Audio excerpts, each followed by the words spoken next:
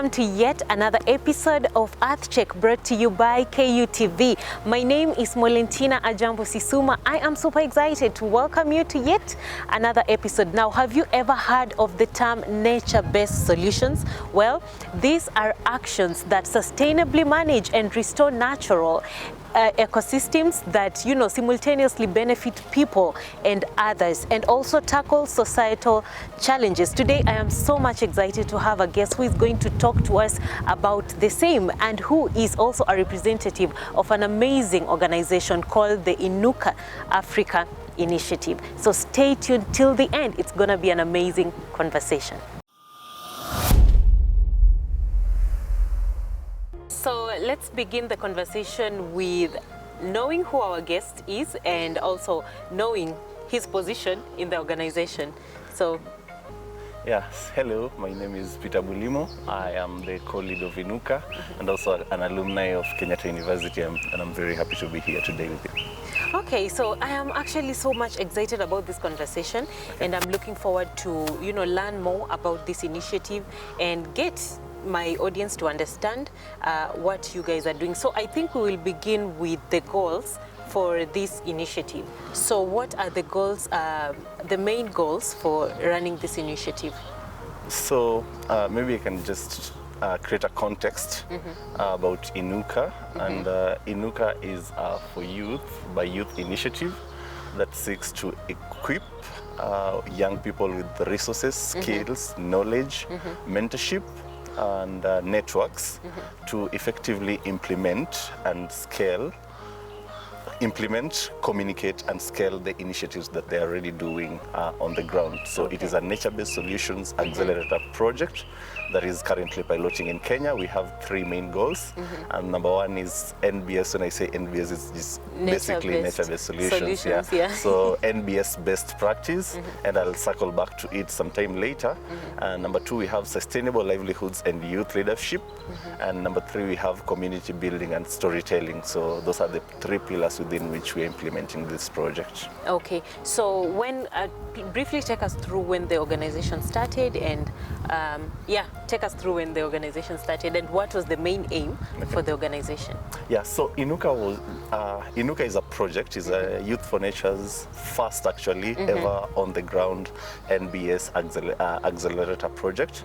And Youth for Nature in itself was started in 2019 when a group of young people met in New York during the New York Climate Week and identified gaps in youth leadership and engagement within the environmental space, and thought, why not develop this organization to help address these problems. And what basically Youth for Nature is doing is equipping, establishing and educating young people to be leaders on solutions of nature and climate. So we are literally working at the nature-climate intersect or connection.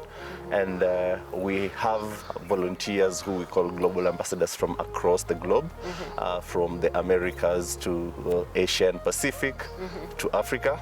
And the INUKA project now is a continuation of a work that started sometime in 2021 when Youth for Nature, in partnership with the Yango and Jibin. Yango is the official youth constituency of the UNFCCC, United Nations Framework Convention on Climate Change, and Jibin is the Global Youth Biodiversity Network. The three youth groups came together and tried to look at the nature-based solutions landscape and understood the challenges that are there. And so they did this deliberate consultation with the young people across the world and came up with this global youth position statement on nature-based solutions. And what this position statement basically does is provide policy recommendations that young people think should be incorporated even as we try to develop this framework around nature-based solutions.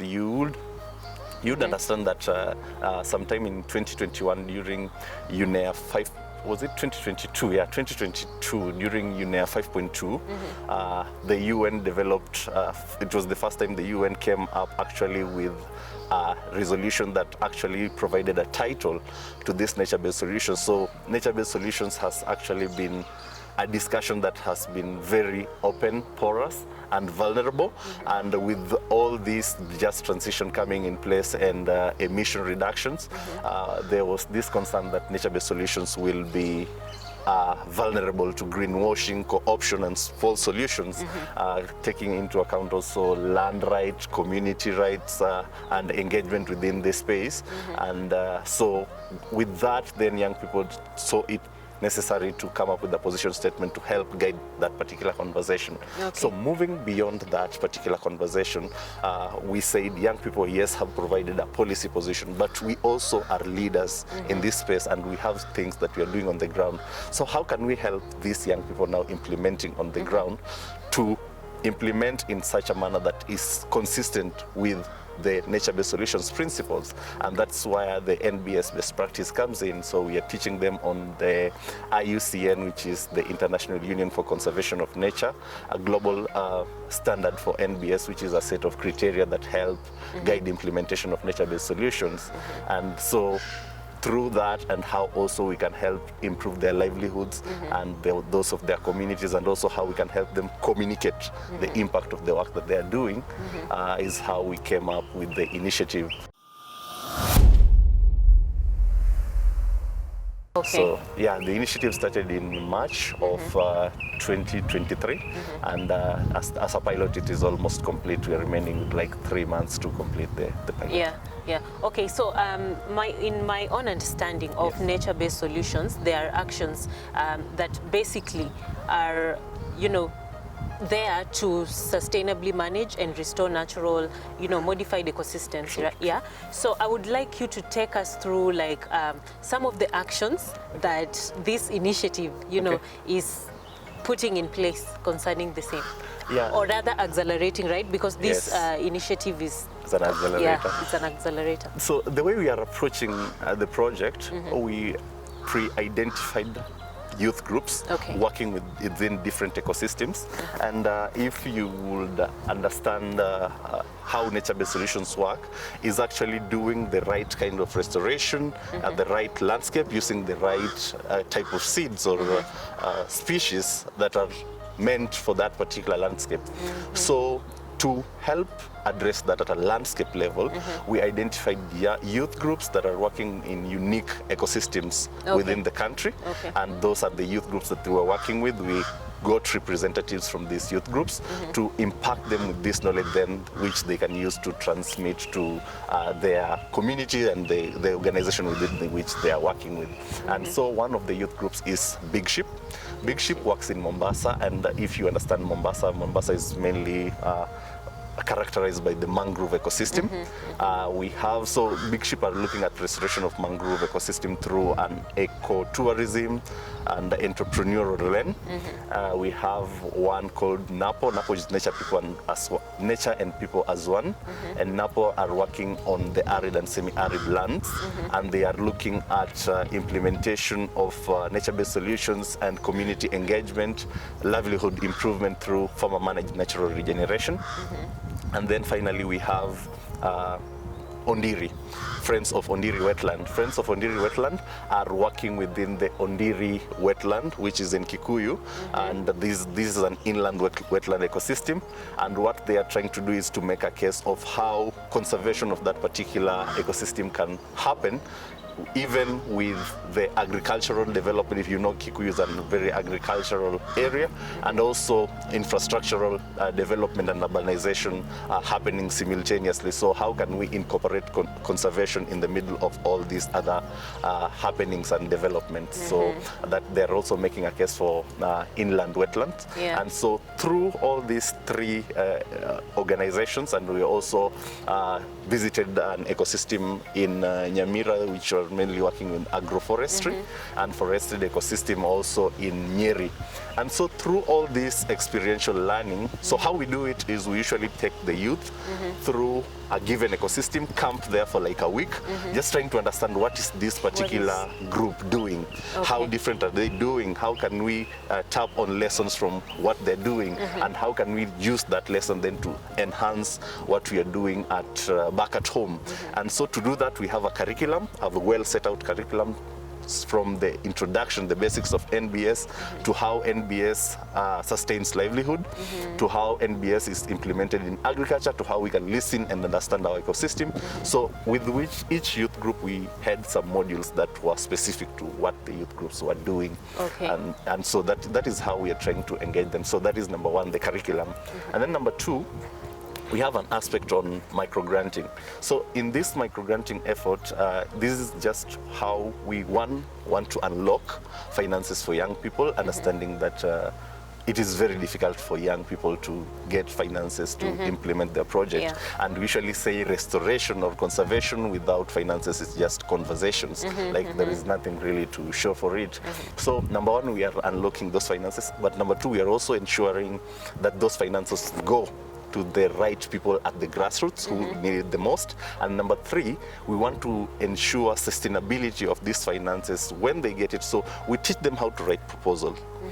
After writing proposal, we provide them with microgrants.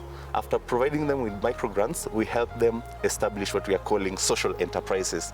These are just initiatives within the restoration space which can help them generate cash flows and earn some income within the projects that they are doing.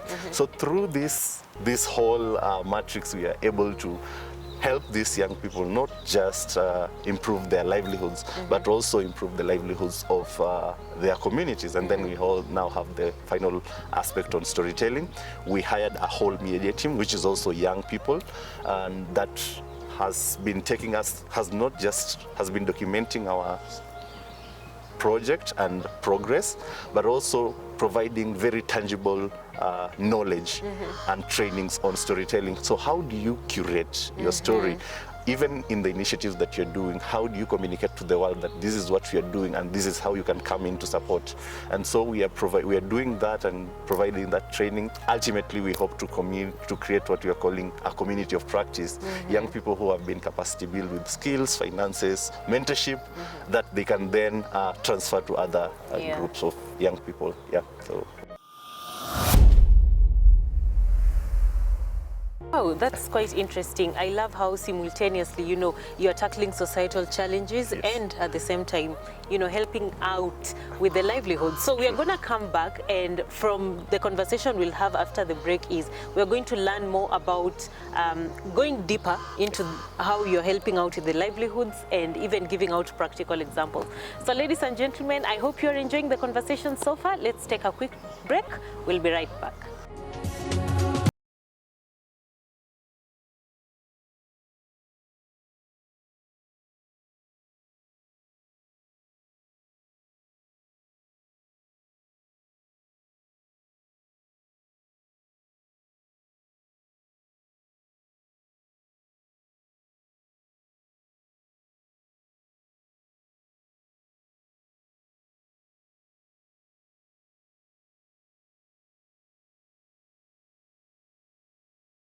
Now, I would like you to take us through like the ongoing projects that are currently, going on in the organization.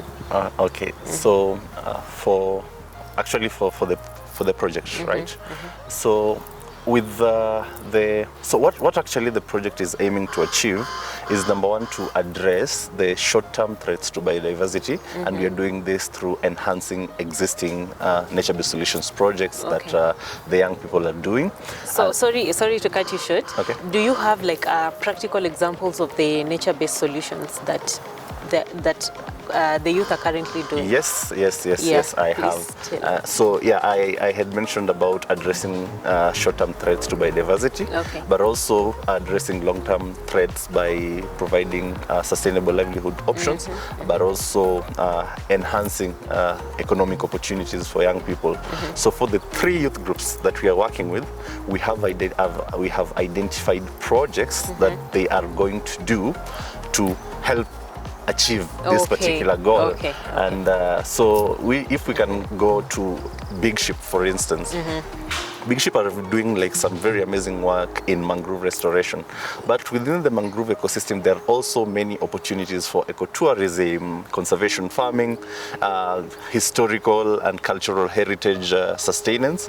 And so to help enhance that, through our micro-granting, we are going to collectively together, we are helping them establish what they are calling a boardwalk. Okay. And so this boardwalk will be more like a walkway within which people can use to navigate through the mangrove ecosystem.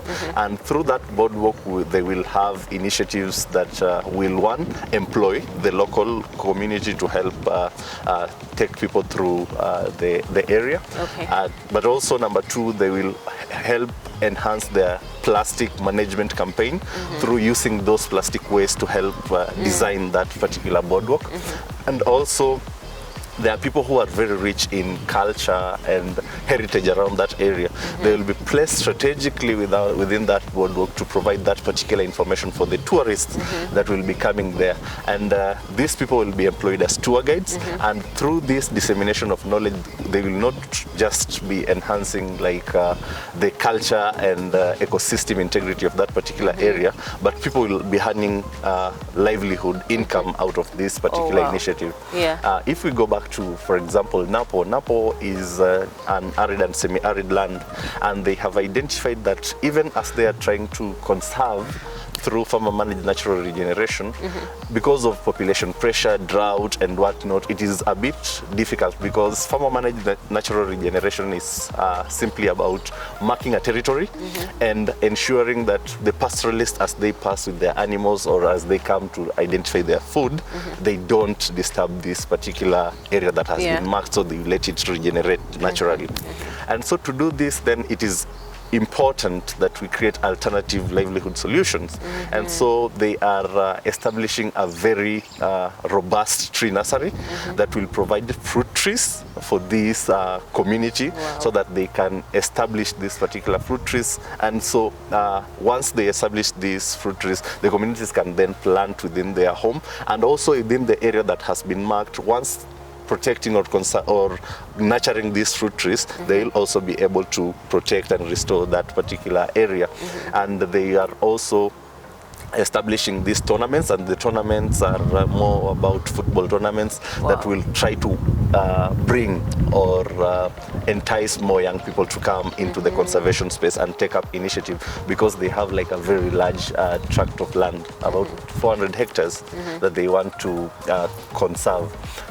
Let us go back to Ondiri. Ondiri are working on the restoration of Ondiri wetland, and it has been a challenge because of the population pressure within the area. There's been a lot of encroachment within that particular ecosystem.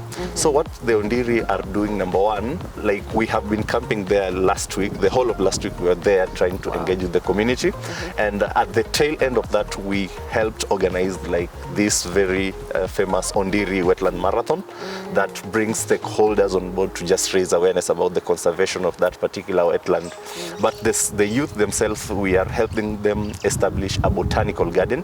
This botanical garden will not only work as a knowledge sharing hub where people can come and learn about the trees that exist within the area and the different species that need to be grown within that particular ecosystem, but it will also be an opportunity for the community to learn about the need to conserve the wetland.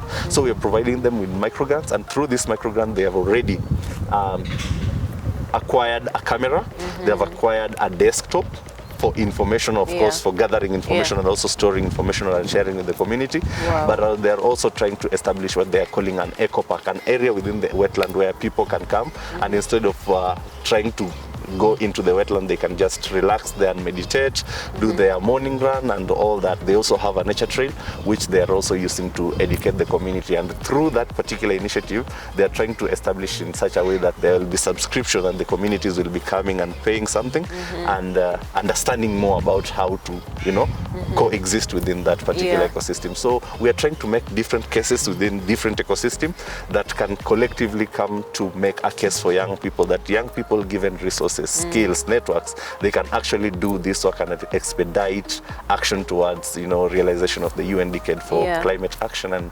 ecosystem restoration. Yeah, wow. Now, talking about that, I see there is a lot of youth empowerment in your program. So someone could be watching and they're actually so much interested, you know, to join this movement. So what is the procedure, or how can they be a part of this amazing initiative? Yeah, that's a very nice question.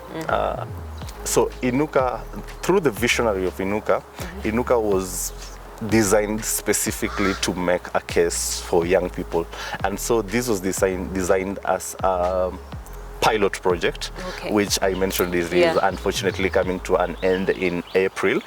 But through this project, what we have tried to do, because initially what happened, there were pre-selected youth groups. So we are working with the representatives, like 4 from each youth group, because the design of the project is also like a very financial or money intensive project to implement, because we are literally making a case for young people. And the case is not just for the youth groups that are benefiting from it. It is also to provide an employment opportunity for the people that are working within the project. And in the country currently, and with the just transition discussion that is happening in the lens of the International Labour Organization, we are looking at the work that we are doing, the working conditions that we are doing, and also the development priorities of the country, and we have designed the project to tick all these boxes. So we are, the project is a bit financially intensive to ensure that all this is addressed, and young people are not just being engaged to tick some diversity cards. We are meaningfully doing this work and pumping a lot of resources to it through employment, through ensuring that even in the study visit they are well taken care of. They are accessing all the materials that they need. And so with all these limitation of finances and funding, the project was not able to accommodate so many people. That's why we were just able to take a representative. Currently we're working with 20 young people from across Kenya that we usually address. But now through the end of the pilot, we are hoping to garner significant lessons that will then now help inform the design of the scale-up, and the scale-up will be more about reaching more people, not just in Kenya, but in Africa and the global south, and how more people can be engaged in this particular work. So for this is unfortunately a pilot that is to make a case, but for the scale-up then will now involve a lot more youth groups. So basically, I think from your answer, you have already tackled the challenge that is being faced. So maybe briefly take us through what are some of the opportunities, that lie ahead for this program, in as much as it's coming to an end in April. So first, of course, the first challenge is finances. We were not able to work with as many young people as we wanted to because of the financial restrictions. But also number 2 is the aspect of mentorship. That component of mentorship has been a bit difficult to achieve, because much as young people are passionate, much as they have the time, much as they have the vigor to do this work, because of the amount of time that we have existed within this field, there is only so much we can do. And so we really needed to link these young people with people who have been in this field for quite a long time, to just share perspectives of how they have navigated the space, what young people can look out for, what they should not do, what they should do, and how they can also create synergies and partnerships around the work that they are doing. But unfortunately, we have not been able to have so many mentors. We are still trying to reach out to a few folks. But so for me, it's just to encourage the folks that are the professionals that have been within this space, to not look at young people as their rivals or opponents, but for people that they can work with and mentor in this particular journey. And then also, I think the finances and the mentorship have been the biggest challenge, and the issue of finances now scales also down to time. You realize that you cannot realize restoration within a year, and yet we are supposed to make a case on a year. So again, with more finances, then we can be able to implement the project within a longer duration and collect even more tangible outcomes that can help make a case for the project. Wow, this initiative is such an impactful initiative, and the projects and how you have talked about the whole initiative, I know for a fact that so many youths could benefit from, learning more about the initiative. And so where can people find you on the socials and, everywhere? Yeah, so we have started currently what we are calling the INUKA storytelling campaign. Wow. And the storytelling campaign is basically to inform the audience on what our journey has been about. You realize that we are tackling very many different components simultaneously. So our journey is mainly to tell the audience what we are doing, and we've already released our first episode. Very many more episodes, like 8 to 10 more episodes are coming, including on the different youth groups that we have been working with, the pillars, the impact, and the goals and the objectives that we have been trying to cover. So reach out to us on social media at INUKA Africa _. We are on YouTube, we are on Instagram, we are on Twitter, currently X, we are on Facebook, and we are on LinkedIn. Connect with us there, let us share ideas, and let us see how we can move this conservation and restoration journey forward together. So I have been your host, Molentina Ajambo Sisuma. Looking forward to see you in the next episode right here on Earth Check, brought to you by KUTV.